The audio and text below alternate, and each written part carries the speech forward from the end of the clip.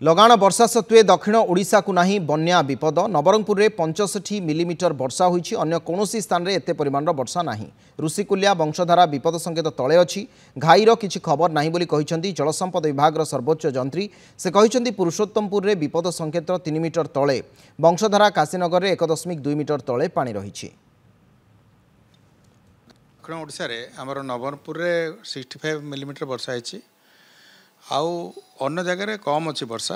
गत काली कौन सी वर्षार स्थिति नहीं।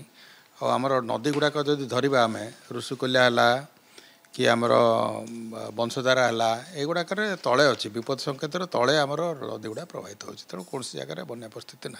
ब्रिज गुड़ाक लो लाइन ब्रिज गुड़ा अच्छी से तो टेंडर कर मैंने जहाँ खबर आम पाखे अच्छी से गोटे हाई लेवल ब्रिज गुड़ा कर बर्तमान ऋषिकुल्या पुरुषोत्तमपुर 3 मीटर तले अच्छी विपद संकेत।